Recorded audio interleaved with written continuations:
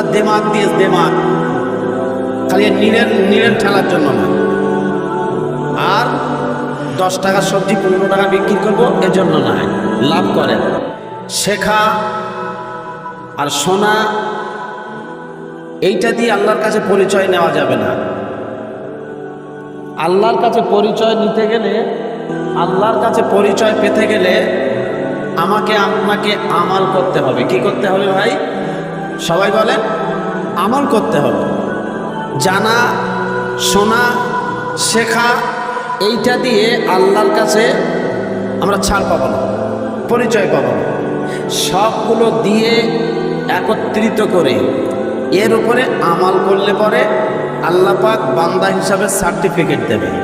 Certificate দিলে আল্লাহর ওয়াদা হবে, ফারিস্তা আমার বান্দাকে সোজা জান্নাতে নিয়ে যায়, কোন জায়গায় দাঁড় করাবে, সোজা জান্নাতের মধ্যে প্রবেশ করে দেয়। সুবহানাল্লাহ বলেন। এজন্য আমরা শুনবো, আমলের নিয়তে শুনবো ইনশাআল্লাহ বলি। আল্লাহ আমাদেরকে তৌফিক দান করেন, সবাই বলি আমিন। তাহলে আমাদের উদ্দেশ্য হলো শুনবো আর আমল করব। শুনলে আমল করলে আল্লাহর কাছে প্রিয় হওয়া যায়। ফারিস্তাদের লিডার মুআল্লিমুল মালাইকাত, ফারিস্তাদের লিডার যে ছিল, তার সেজদা গোটা পৃথিবী এতনা জায়গায় বাকি নাই যে তার সেজদা পড়েনি। আল্লাহ রাব্বুল ইজ্জত ওয়াল জালাল আদমকে বানালেন। আমাদের আদি পিতার নাম কি? হযরত আদম আলাইহিস সালাম।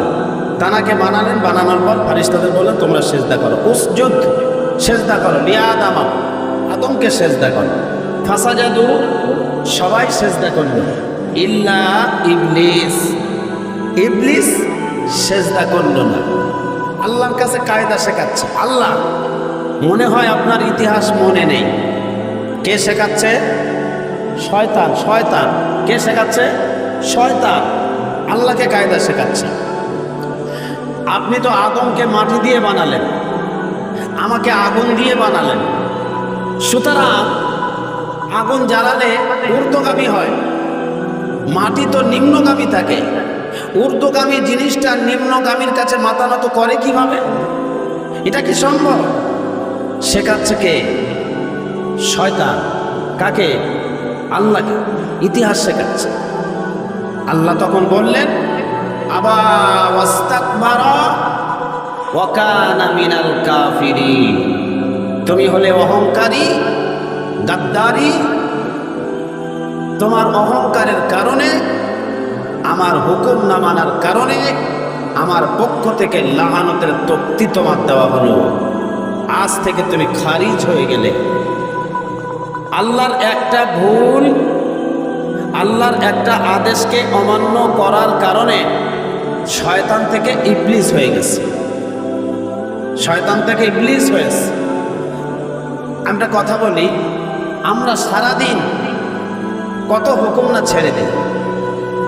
একটা হুকুম না মানার কারণে শয়তান থেকে যদি ইবলিস হয়ে যায়, 24টা ঘন্টায় আল্লাহর হুকুম গুরুত্বপূর্ণ 17টা। কটা? 17। হিসেব করেন। ফরজ নামাজ কয় রাকাত? ফরজ নামাজ কয় রাকাত? 2 রাকাত। জোহরে, আমার সঙ্গে একটু কথা বলা লাগবে, এতক্ষণ তো আপনারা শুনেছেন, একটু কথা বলেন প্লিজ, আমার ভাই একটু হেল্প করেন আমাকে। জোহরে কয় রাকাত ফরজ নামাজ? 4 রাকাত। আসর 4 রাকাত। মাগরিব 3 রাকাত। হিসেব করেন, 2 রাকাত, 4 রাকাত, 4 রাকাত, কত হলো? 10 রাকাত। মাগরিবি 3 রাকাত, তাহলে 13 রাকাত। আর এশার ফরজ নামাজ 4 রাকাত। 13 আর 4 কত? 17। 24টা ঘন্টায় আল্লাহর হুকুম কটা? 17টা। কটা? 17টা। আমাদের ভিতরে কত মানুষ আছে 24টা ঘন্টার ভিতরে আল্লাহর 17টা হুকুম মানে না? আছে না নাই? কথা বলেন, আছে না নাই? একটা হুকুম অমান্য করার কারণে যার সেজদা গোটা পৃথিবীতে পড়েছে, একটা আল্লাহর হুকুম না মানার কারণে সে যদি শয়তান থেকে ইবলিস হয়ে যায়, ফারিস্তা থেকে শয়তান হয়ে যায়, আমরা 24টা ঘন্টায় কত হুকুম ছেড়ে দিচ্ছি। তাহলে আমরা কি? এবার আপনারাই ঠিক করেন আমরা কি? আছি না নাই? হুকুম ছাড়ি কি ছাড়ি না? কথা কি বোঝাতে পারছি ভাই? এজন্য বুঝতে হবে আল্লাহ দেমাগ দিয়ে, দেমাগ খালি নিরেন ঠেলার জন্য না। আর 10 টাকা সবজি 15 টাকা বিক্রি করবো এজন্য নয়, লাভ করেন।